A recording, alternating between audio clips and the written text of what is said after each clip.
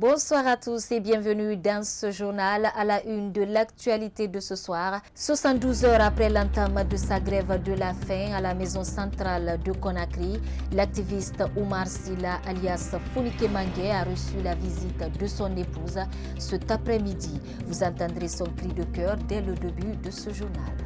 À Massanta, les violences intercommunautaires ont fait 11 morts et une vingtaine de blessés. Le président du parti RPR accuse des ressortissants de la localité d'être à l'origine de ces violences. Il sera dans cette édition d'information.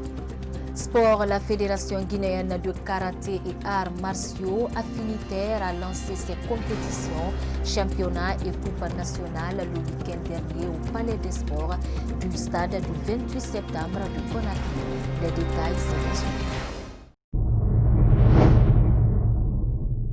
Encore une fois, bonsoir et bienvenue. Je vous le disais au sommaire, l'épouse de Oumar Silla, alias Fonike Mangué, lui a rendu visite ce lundi à la maison centrale de Conakry. L'opposant au troisième mandat d'Alpha Condé, détenu à la maison centrale depuis le 29 septembre dernier, a entamé une grève de la faim il y a 3 jours. Reportage Mohamed Traoré et Alassane Souma. Dans le but de protester contre sa détention qu'il juge abusive et pour amener la Cour à programmer son procès, Oumar Silla, alias Fonike Mangué, détenu à la maison centrale depuis le 29 septembre 2020, a entamé ce vendredi 25 décembre une grève de la faim. Son épouse, qui lui a rendu visite ce lundi, décrit l'atmosphère. Je sais que depuis le vendredi, il a entamé une grève de la faim. Je l'ai trouvé aujourd'hui, je lui ai demandé comment il allait, il m'a dit que tout va bien. Mais la façon dont moi je l'ai vu, avec son état physique et la façon dont il me parlait et tout ça, je sais qu'il essaie d'être fort, mais au fond, je ne pense pas que ça aille bien.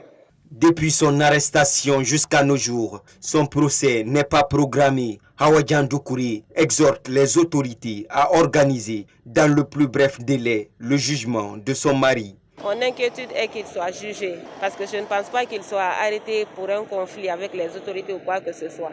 Si c'était ça, il aurait déjà été jugé depuis là. Fonike Mangué compte poursuivre sa grève de la faim jusqu'à ce que la date de son procès soit fixée. La ville de Massanta, théâtre d'affrontement entre deux communautés, toutes les deux réclament le patriarcat, 11 morts et des blessés. C'est le bilan de ces affrontements. Alpha Oumar Diallo et Ibrahima Khalil Silla ont rencontré Diabati Doré, président du parti Rassemblement pour le renouveau et ressortissant de la Guinée forestière, qui n'existe pas à pointer du doigt des cadres ressortissants de la préfecture. 11 morts et 25 blessés, c'est le bilan de ces affrontements survenus dans la préfecture de Macenta en Guinée forestière entre les deux communautés qui réclament toutes les deux le patriarcat. Diabati Doré, ressortissant de la Guinée forestière, déplore la situation. Macenta, ce n'est pas une première ni deuxième. Je vais dire aussi, la forêt a subi vraiment des remous sociaux depuis l'avènement de ce régime en 2010. Ce qui est regrettable, à chaque fois qu'il y a des problèmes en forêt, qu'on enregistre des morts. C'est très regrettable. Et c'est la conséquence de l'ethnostratégie qui a été mise en place depuis 2010. Les patriarches sont là pour ça. Les sages sont là pour ça. C'est pour amener la paix dans la localité. Le président du parti Rassemblement pour le renouveau, membre de l'ANAD, accuse certains ministres de manipuler les citoyens de la localité afin de garder leur poste ministériel. Certainement, je vous avais dit que tout ce qui se passe aujourd'hui dans la région forestière, pas seulement qu'à Massanta, il y a eu des morts à Yomou, il y a eu des cas de Lola, des Sérékoré, on a découvert même des charniers là-bas. Donc, chacun peut interpréter autrement. Mais il y a la politique dedans, ça il ne faut pas se leurrer, c'est l'ethnostratégie qui nous a amené tout ça là.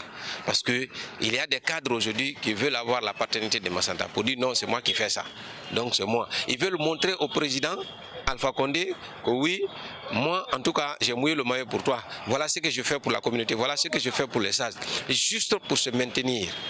Pour le maire de la commune de Macenta, c'est suite à une revendication de la paternité de la ville entre les deux communautés à l'occasion de l'inauguration des édifices publics que les violences ont éclaté. Il faut signaler que le calme est revenu dans la cité grâce à la médiation des ressortissants de la localité. Les deux parties se seraient engagées à préserver la paix. Les pêcheurs du port artisanal Petit Bateau, situé dans le quartier Coronti, dans la commune de Kaloum, font face à d'énormes difficultés. Nombreux d'entre eux sont en manque de place et de matériel de travail. Notre équipe est allée à leur rencontre. Suivez ce reportage signé Yayo Moubari et Ibrahima Paye Kamara. Des pêcheurs arrêtés, des pirogues en bois, des poissons de tout type, des fabricants de filets de pêche, voici l'image que présente le port artisanal du Petit Bateau, si à Coronti dans la commune de Kaloum. Ici, les difficultés sont énormes. La plupart des pêcheurs n'ont pas de matériel de travail et de place pour s'installer. Suite à cette situation, cette femme lance un cri de cœur aux autorités. Après le décès de président Feu Ahmed Sékou Touré, le quartier Corontin souffre plus que le mot. On s'est parti partout, on a tapé toutes les portes de la Guinée pour nous aider à avoir un petit port dans notre quartier, le quartier le plus peuplé, le plus grand dans le Kaloum. Parce qu'on souffre beaucoup. De jour en jour, on cherche. Là où on est comme ça, on dit que ici ça appartient à l'Issadi. Là où les femmes fumeuses se trouvent à l'heure actuelle, ils ont coincé jusqu'au mur. À côté, ils vont dire que ça appartient à Émile Hazard. Le président avait dit à les trucs de nous proposer un petit port. La semaine passée, la directrice de port nous a invités pour nous dire que de plier nos bagages, de quitter ici au Petit Bateau. Si on quitte, comment on va faire? Nos enfants, c'est ici qu'ils vont se nourrir. Les prix de l'école, c'est ici. Toutes les affaires quotidiennes, c'est ici que les femmes prennent. Le président nous a dit que son mandat, c'est pour les femmes et les jeunes. Cette difficulté s'ajoute à la cherté des produits halieutiques. Ce pêcheur, depuis plusieurs années, interpelle les autorités de pêche à plus de responsabilités dans le secteur artisanal. Cela est dû, parce que c'est dû au matériel, la cherté du matériel. Parce que tu ne peux pas aller en mer, acheter du matériel trop cher, et puis aller en mer, amener du poisson et vendre ça moins cher. Ce sera une très grande perte aussi pour nous. C'est ça qui amène la cherté du poisson.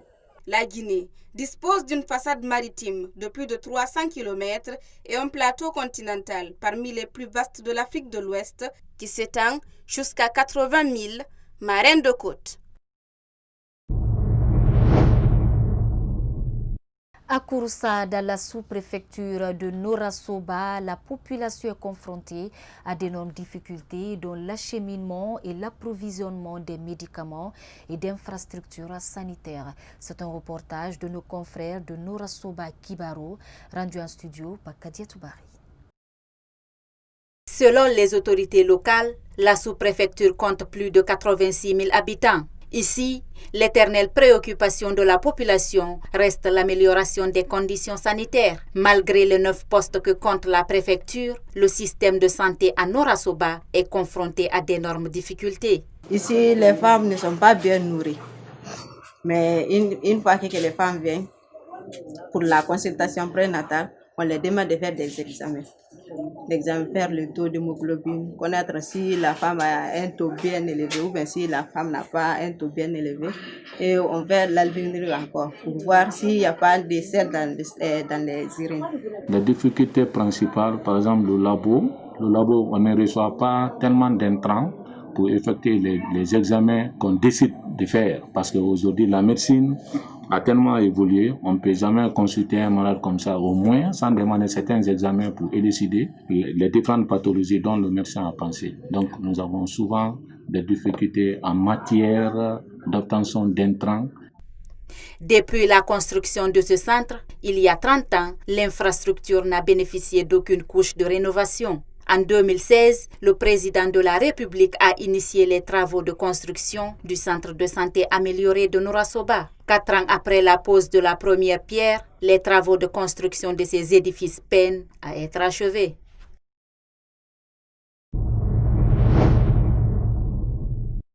Les fruits contribuent à l'alimentation équilibrée de l'homme. À Conakry, nombreuses sont les vendeuses de ces aliments qui font face à des difficultés pour la conservation de leurs marchandises. Une réalité due au mauvais état des routes. Mariam Kamara et Alassane Souma, reportage.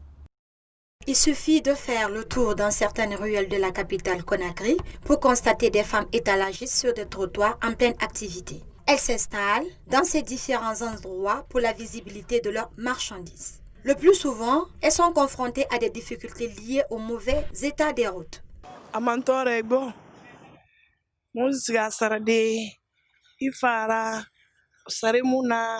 Il y a assez de difficultés lorsqu'on va acheter de la marchandise et qu'on revienne avec. On revend d'autres, par contre, d'autres pourrissent. On a demandé à l'État de nous aider à trouver une conserverie, mais malheureusement sans résultat. En ce qui concerne l'état des routes, si l'État pouvait nous aider, ça allait être bien, puisque moi-même j'ai des fruits chez moi, mais la distance fait défaut. Il y a assez de difficultés lorsqu'on va acheter de la marchandise et qu'on revienne avec. On revend d'autres, par contre, d'autres pourrissent. On a demandé à l'État de nous aider à trouver une conserverie, mais malheureusement sans résultat. En ce qui concerne l'état des routes, si l'État pouvait nous aider, ça allait être bien. Puisque moi-même j'ai des fruits chez moi, mais la distance fait défaut.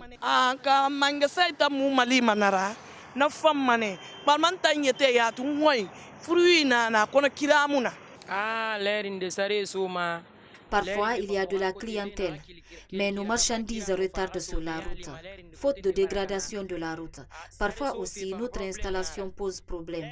On nous dit de quitter ici, mais où irons-nous? On souffre vraiment ici. Pourtant, on a la charge de nos enfants sous le dos.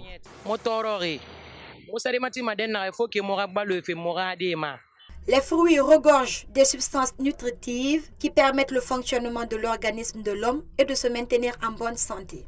Suite à cet avantage, ces citoyens rappellent l'importance des fruits pour l'alimentation de l'homme. Les fruits, c'est très important pour l'alimentation de l'être humain. Ici, j'ai remarqué en Guinée, les gens ne mangent pas assez de fruits. Et pourtant, du riz, on peut le manger une fois par jour et varié avec beaucoup de fruits et de légumes. Le fruit, je ne peux pas vous expliquer le bienfait, ce qu'il fait à un être humain, et surtout à un homme. Et je trouve que c'est très bon de s'alimenter. À cette occasion, ces vendeuses ne manquent pas d'interpeller l'État sur la dégradation des routes, de manque de moyens de conservation des fruits, d'engrais. Elles souhaiteraient une aide, voire l'assistance du gouvernement, afin d'y remédier à toutes ces panoplies de problèmes auxquels elles sont confrontées. L'arrivée des taxis-motos dans la ville de l'Abbé a été un ouf de soulagement pour les usagers et les jeunes. Elle permet de nos jours de faciliter les déplacements dans cette localité et elle a aussi permis de créer de l'emploi pour de nombreux jeunes en activité dans la ville de Karamoko Alpha. Suivez ce reportage de grand format d'autres correspondants basés au Fouta. Seul moyen de transport urbain en commun dans la ville de l'Abbé, l'activité taxi-moto facilite aujourd'hui la mobilité des personnes entre les quartiers de la commune urbaine et entre la ville et les zones rurales situées dans les environs de la capitale régionale. Avant l'arrivée des taxi-motos à l'Abbé, il y avait une pénurie sur le domaine de transport. La plupart des gens marchaient à pied. Même si leurs moyens sont là, ils n'ont pas vraiment là où les moyens empruntés pour éviter de marcher à pied.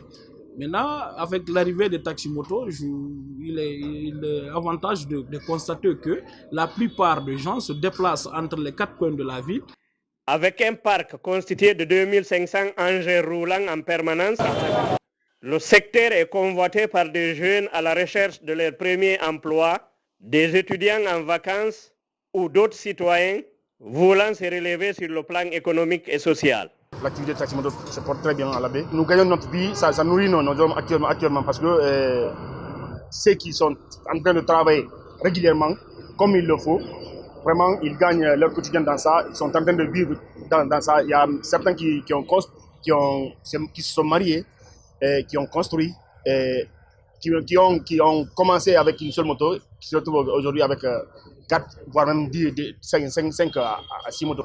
Malgré ces avantages en matière de lutte contre le chômage dans la région, le secteur taxi-moto reste confronté à des difficultés majeures liées surtout à diverses formes d'insécurité. Quand on parle de l'insécurité, c'est les 3 facteurs. Il y a le braquage, il y a l'insécurité routière, il y a aussi le vol de motos. Ce que nous demandons à la commune, c'est de sécuriser les citoyens de la baie parce que quand on parle de chauffeurs, les chauffeurs font partie des citoyens de la baie. Donc nous demandons à la commune et à la préfecture de se donner la main pour sécuriser les chauffeurs.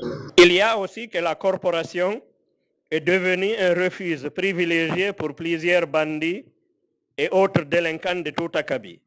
Il y a certains conducteurs qui n'ont pas un comportement souhaité.